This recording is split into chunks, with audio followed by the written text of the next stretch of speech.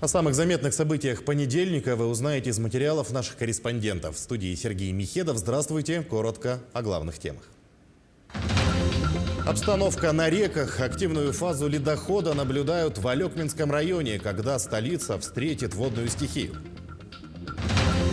В Якутии продолжается сбор гуманитарной помощи для беженцев из Луганской и Донецкой народных республик. Чем и как помочь? Честь и отвага – Родину защищать. День призывника отметили в Нерюнгринской районной администрации.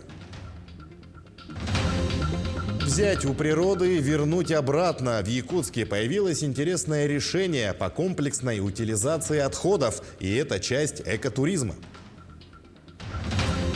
В ритме вальса уже на этой неделе во многих школах прозвенит последний звонок. Наш корреспондент в Ленске посетила одну из репетиций школьного вальса. Превышение уровней воды отмечают в горном районе. Так, в селе Өрт, в речке Харбалаган, вода находится на отметке 2 метра 82 сантиметра. Внутри котельной откачали остатки воды. С 9 утра включили электроэнергию, а в 10 часов начали топить 3 котла из 5. Все в штатном режиме. Специальная комиссия оценивает ущерб. В селе Беськёль уровень воды упал на 4 сантиметра. При этом критическая отметка у берега реки превышена на 10 сантиметров. Подтопленных жилых домов и соцобъектов нет. В селе Бердигистях на водохранилище уровень воды почти 215 сантиметров. Спал на 5 единиц. Все 16 труб перебрасывают воду. Проводится дежурство, контроль по дороге Ортосур-Кептин. Были затоплены участки Нуралджима, Титиктях и Тоянуята. По муниципальной дороге Бердигистях, Дикимде-Өрт на участке 10 километров была разрушена частичная дорога, но дорожные организации Амгор были устранены и восстановлен проезд. Тем временем активная фаза ледохода в Алекминском районе началась 14 мая. За минувшие сутки лед дошел до райцентра. По данным на сегодня, нижняя кромка ледохода находится ниже села Хоринцы, верхняя в городе Алекминске. Малые реки в этом году припозднились. На сегодняшний день ледоход прошел только в селе Тяня, на речке под таким же названием. Алекма стоит, наблюдают подвижки льда. По гидрологической обстановке на реке Лена нижняя кромка ледохода наблюдается ниже 30 километров от населенного пункта Хоринцы Алекминского района. Верхняя кромка ледохода наблюдается в городе Алекминск. Тем самым ледоход идет без затруднений. По реке Алекма на 12 часов дали информацию, что в районе гидропоста Джикимде наблюдаются подвижки. Данный гидропост от реки Лена находится в расстоянии 225 километров. Ледоход в селе Амга начался сегодня в 10 часов утра. К обеду уровень воды на реке Амге составлял 460 сантиметров. При критическом 925. Поднялась река на 104 сантиметра за 4 часа. Наблюдают густой ледоход. Верхняя кромка в 200 километрах ниже гидропоста Буяга. Нижняя кромка в 3 километрах ниже села Битюнь. Комиссия по чрезвычайным ситуациям ведет ежедневный мониторинг гидрологической обстановки, информирует население через соцсети. В районе работает оперативная группа Главного управления МЧС России по Якутии. С 9 мая объявлен режим повышенной готовности. Верхняя кромка 290 километров ниже, 209 километров ниже гидропоста Буяга. Ледоход идет стабильно, уровни ниже критических, на данный момент стабильно. По лесопожарной обстановке на сегодня, вообще с начала сезона зарегистрировано 4 пожара, 1 лошадный, 3 лесных пожара. А в ночь на 18 мая в ряде районов Якутска ограничат воду. Подачу воды ограничат в домах в районе спорткомплекса «Триумф» и ДСК. Об этом сообщает пресс-служба водоканала. Отключат водоснабжение с 22 часов вторника до 5 утра среды. В следующих кварталах их номера на ваших экранах.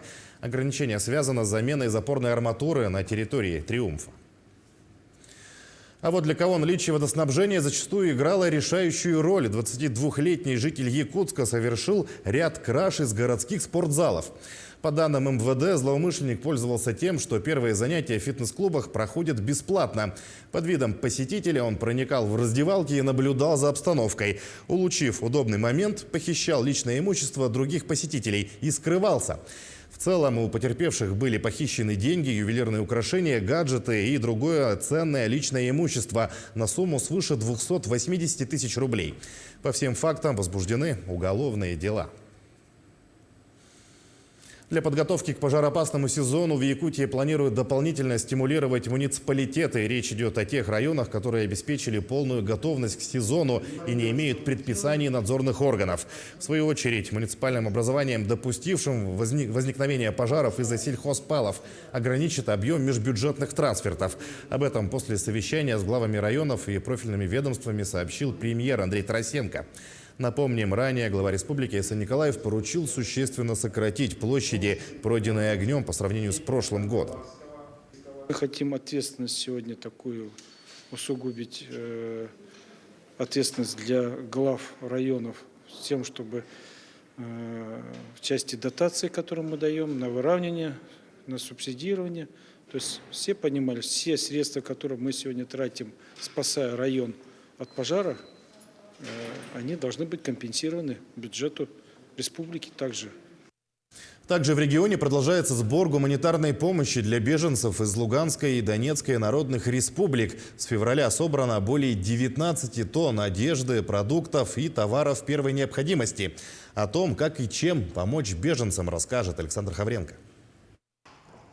Ежедневно в ресурсный центр добровольчества республики от неравнодушных граждан и организаций поступают вещи и продукты, предназначенные для беженцев из Донецкой и Луганской народных республик. Несут все – продукты питания, одежду, постельные принадлежности и средства гигиены.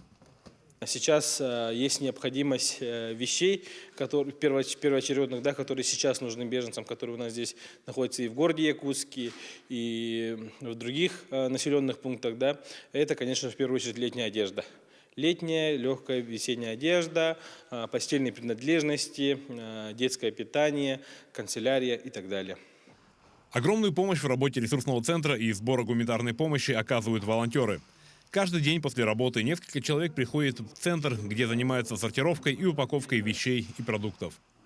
Мы смотрим на сроки годности продуктов и сортируем все продукты по направленности. Отдельно мясные продукты, отдельно консервы, причем консервы отдельно рыбные, мясные, овощные, сладкие, кофе, чай. Это все раздельно, потому что исключаем то, чтобы эти продукты друг с другом не соприкасались. И в случае, во-первых, во время транспортировки, возможно, и какая-то деформация коробок, и чтобы продукты все были однотипные.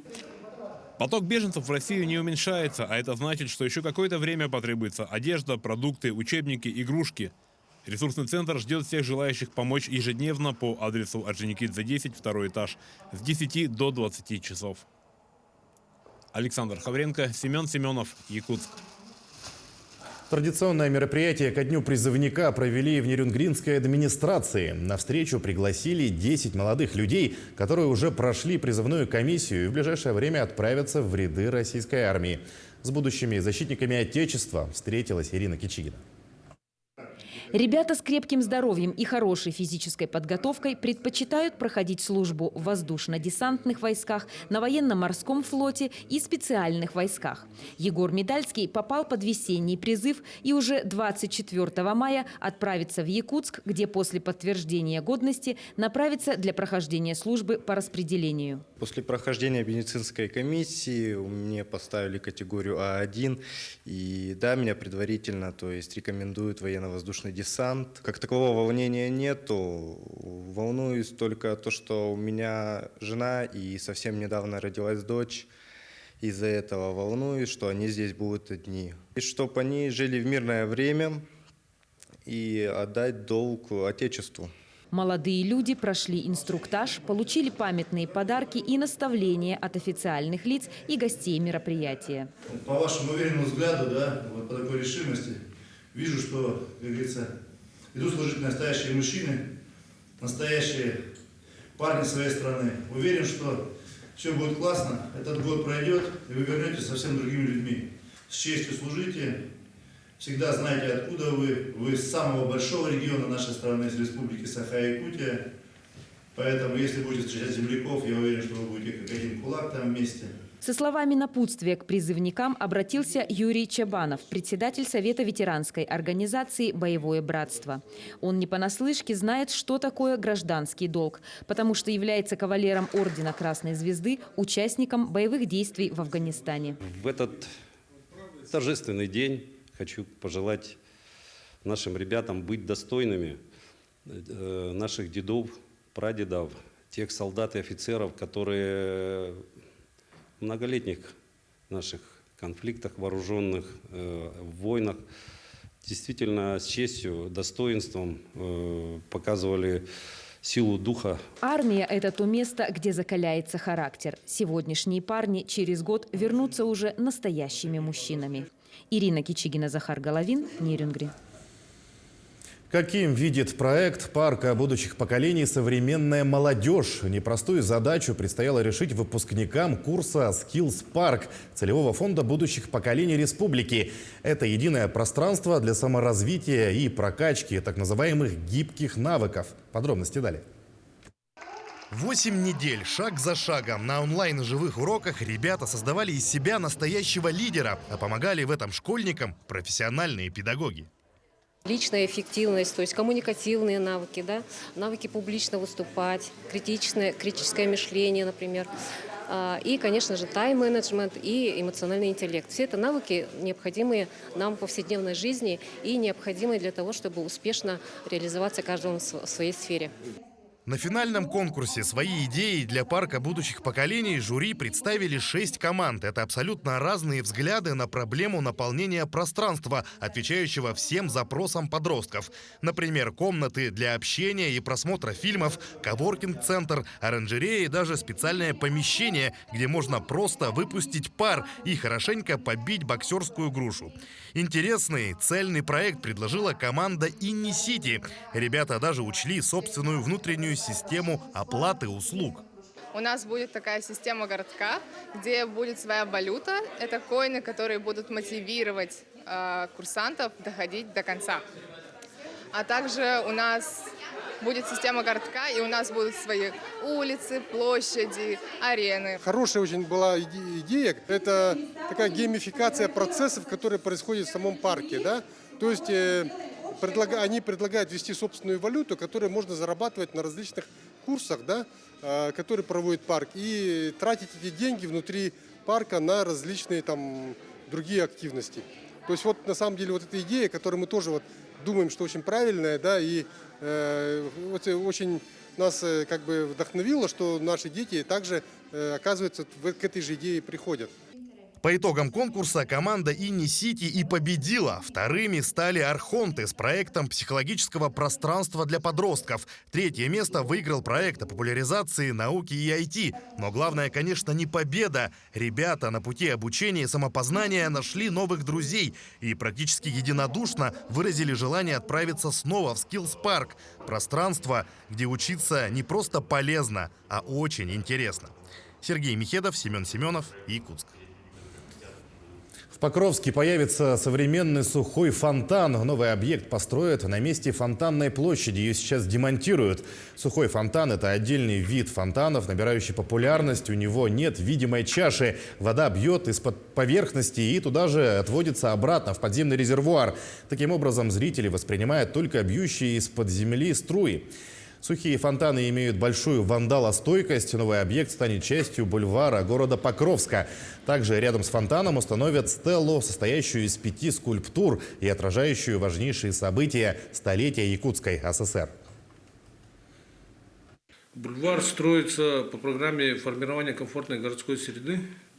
Федеральный проект. Финансирование 50 миллионов федерального бюджета. Так, вводим сроки ввода 2022 год. В этом году должны его закончить. Бульвар будет полностью пешеходная зона, соединяющая улицы Орджоникидзе и братьев Ксенофонтовых. Ну и также она будет сочетаться с фонтанной площадью. Для развития необходимо найти новые идеи. Под таким девизом около 20 лет существует этнокомплекс «Усадьба Атласовых». В последние годы усадьба ориентируется на оригинальное движение – агротуризм. Ознакомилась с таким направлением и наша коллега Надежда Саханская.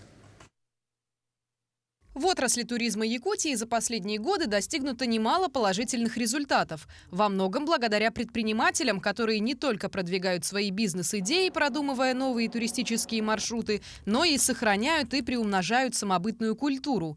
Значительных успехов на этом поприще добился Василий Атласов, который на протяжении многих лет активно занимается продвижением этнографического туризма. Вот уже 30 лет занимаюсь туризмом в Якутии. Есть у меня, Лена, данный большой проект.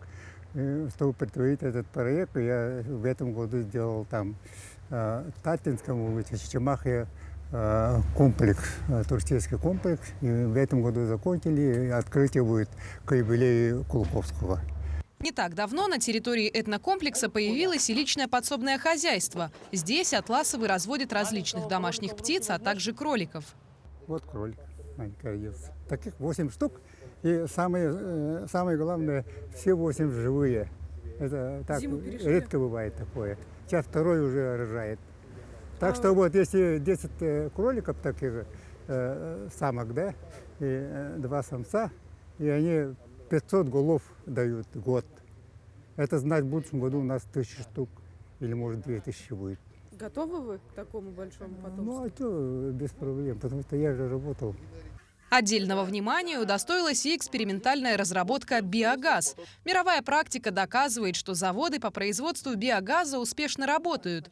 Владелец усадьбы Николай Атласов разработал установку, которая производит тепловую и электрическую энергии, а также удобрения на основе птичьего помета. Вот это синим таким пламенем горит, чистый метан. Процесс брожения биомассы занимает 1,5 месяца, после чего полученную энергию можно пустить на отопление помещения 30 квадратных метров.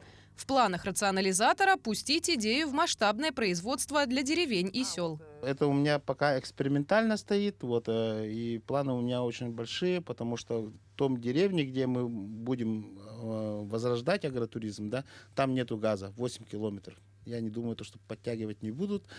Соответственно, и надо исходить и с реальности. Есть бесплатные вот пометы, и его надо уже обрабатывать. Соответственно, есть же такое, допустим, мы всегда от земли берем только. И с помощью биогумуса мы должны обратно возвращать в землю все витамины, которые мы взяли. Таким образом можно осмысленно и экономично использовать биоэнергию. Ну а агротуризм в последние годы становится все более популярным направлением. Если раньше желающих окунуться в деревенскую повседневность были единицы, то сегодня спрос рождает предложение. Надежда Саханская, Георгий Григорьев, Якутск. В ритме вальса уже на этой неделе во многих школах прозвенит последний звонок. В Ленске пока еще учащиеся 11 классов активно готовятся к своему главному торжеству. Анна Кожевникова побывала на одной из репетиций школьного вальса. Скоро все школы Ленска закружатся в выпускном вальсе. Традиция исполнять этот грациозный танец на последнем звонке зародилась давно. Это своего рода прощальный привет выпускников в память о школьных буднях.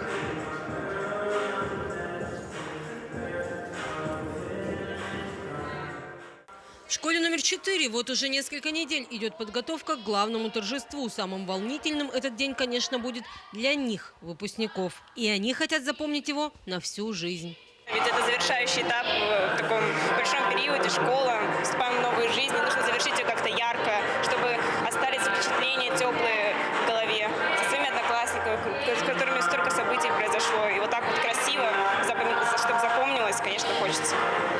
Даже сильная половина человечества, будучи скромной и сдержанной, сегодня с воодушевлением готовится к своему главному школьному торжеству, прилежно выполняя все танцевальные комбинации. К сожалению, оканчивать все это немножко больно, даже грустно, но вот сейчас много ответственности, тренируемся, все эмоции уже выплеснем на последнем звонке, наверное. Современное исполнение вальса отличается от классического. Каждый постановщик танца стремится внести индивидуальную нотку, чтобы выступление произвело впечатление и оставило след в сердцах зрителей. Очень, конечно, волнительно, очень интересно, как это получится, потому что детей довольно большое количество и сжатые сроки. То есть хочется, чтобы это было интересно, как-то красиво.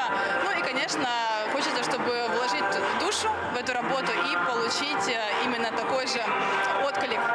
Всего в этом году в Ленском районе окончит 11 класс 194 ученика. И каждая школа, а их 17 в районе, подходит к подготовке этой заключительной для выпускников линейки последнего звонка ответственно, внося свою изюминку, используя, как стало принято, креатив, но не изменяя фундаментальным традициям. Анна Кожевникова, Виталий Андреев, Ленск. Более миллиона на продолжение. Авторы проекта Михаил Лукачевский и Семен Аманатов выиграли грант Росмолодежи на завершение съемок фильма «Там, где танцуют стерхи». Картина о доброте, заботе и любви с глубоким смыслом. Продолжит Валерия Наумова. Фильм по мотивам автобиографической повести Ивана Дьячковского «Бег за радугой» был снят в августе 2021 года в Амкинском районе. Всего на съемки создатели картины потратили чуть больше месяца. В актерский состав вошли и дети. Так, исполнителю главной роли на момент съемок было 8 лет. К отбору актеров создатели картины подошли ответственно. Фактор то, что в основном у нас дети играют. И перед съемками мы 2 недели сделали такой лагерь, детский актерский лагерь. Это было в Амге, в клубе. Вот. И руководителем был назначен Антон Батаков. Это актер театра «Тюз» из Якутска. Вот. Ну, человек уже опытный именно в работе с детьми. Вот. И тем самым, вот, ну, благодаря ему дети уже были подготовленные. И мы отобрали из них около 10 детей, которые уже снимались в нашем кино. В основе фильма лежит история мальчика, который вернулся домой после 10 лет пребывания в больнице со сломанным позвоночником. Прикованный к кровати ребенок заново открывает для себя мир и учится жить в большой семье. Но тут случается трагедия. Маленький Ваня становится сиротой, едва успев почувствовать тепло материнской любви. Отец в попытке утешить детей рассказывает о сказочной стране, где танцуют стерхи, и что их мать превратилась в одну из этих прекрасных птиц. С этого момента у мальчика возникает мечта найти свою маму и увидеть танец стерхов. Ну, как бы у нас фильм-то социальный все-таки, да, как бы мы мотивируем людей, как бы детей инвалидов, да, что всегда надо стремиться к будущему, верить в себя, тогда все получится, да, об этом фильме. Вот. С помощью гранта в размере 1 миллиона 200 тысяч рублей авторы проекта планируют завершить работу над картиной и добавить спецэффекты. Премьера фильма запланирована на новогодние каникулы 2023 года. И это время выбрано не просто так. Потому что как бы, год надо начинать с позитивной ноты. Да? Как вы знаете, вот у нас есть в Якутии поверье, кто увидит танец стерхов, тот будет счастливым человеком. Да? Хоть один раз, да, увидеть, и ты уже счастливый человек считаешься. И мы будем на Новом году показывать танец стерхов в кинотеатрах. И будем еще показывать будем организовать специальные показы в специализированных школах, в разных районах, там, да, в интернатах. Вот. Мы будем стараться осчастливить народ и начать год с позитивного, как бы, ноты, да.